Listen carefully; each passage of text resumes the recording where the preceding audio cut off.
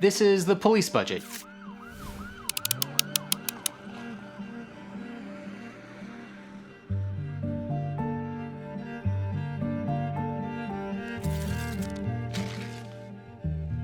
You have things like Internal Affairs, Housing Bureau, Detective Bureau, Patrol.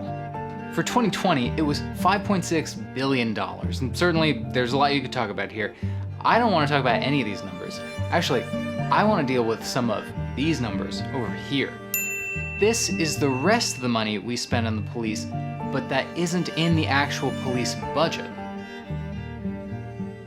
We have things like debt service and pensions, and all of this comes out to more like $11 billion. Now, just for comparison, Russia spends equivalent to $2 billion on its space program. So theoretically, each borough could have its own space program, and we would still have $1 billion left over for the police.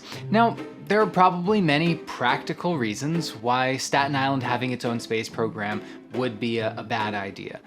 Still, you get my point. But okay, so the number I actually wanted to talk about was this one over here. Judgment and claims.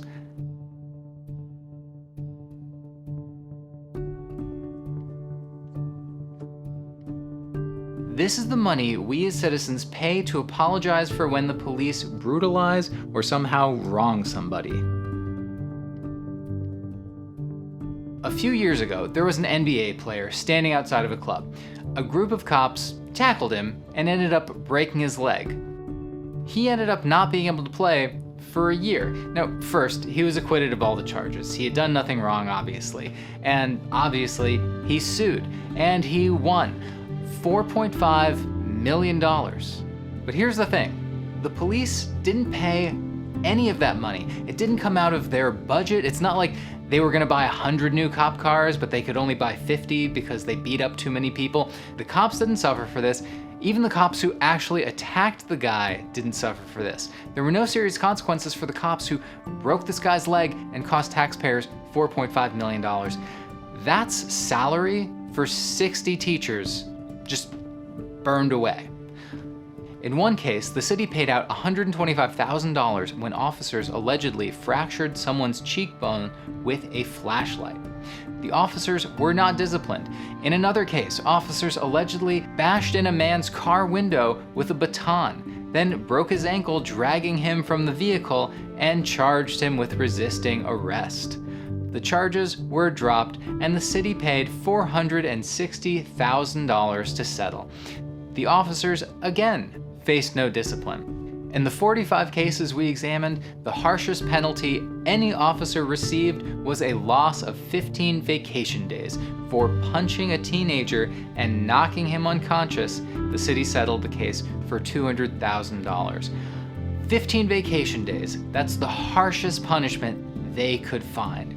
So thousands of lawsuits, cops are never actually punished. It costs New York City residents millions upon millions of dollars. And worst of all, the people who are brutalized, most of them are not NBA players who will be fine no matter what.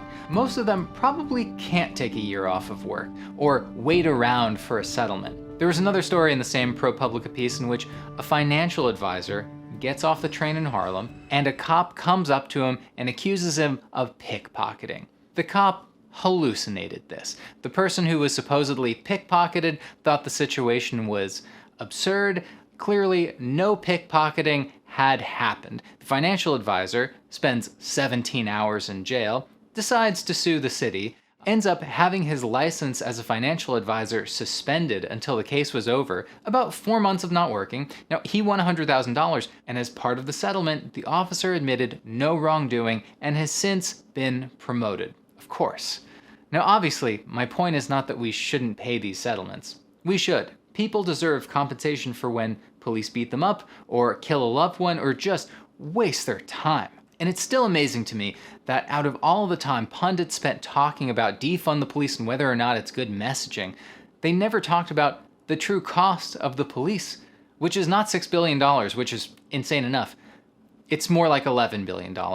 And how much money the police waste the citizenry in abusing the citizenry. $200 million a year for settlements against the police. We pay that money. Police are never seriously punished. Everyone should be mad about that.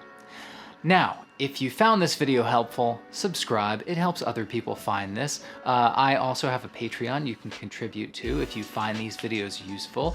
And thanks for watching.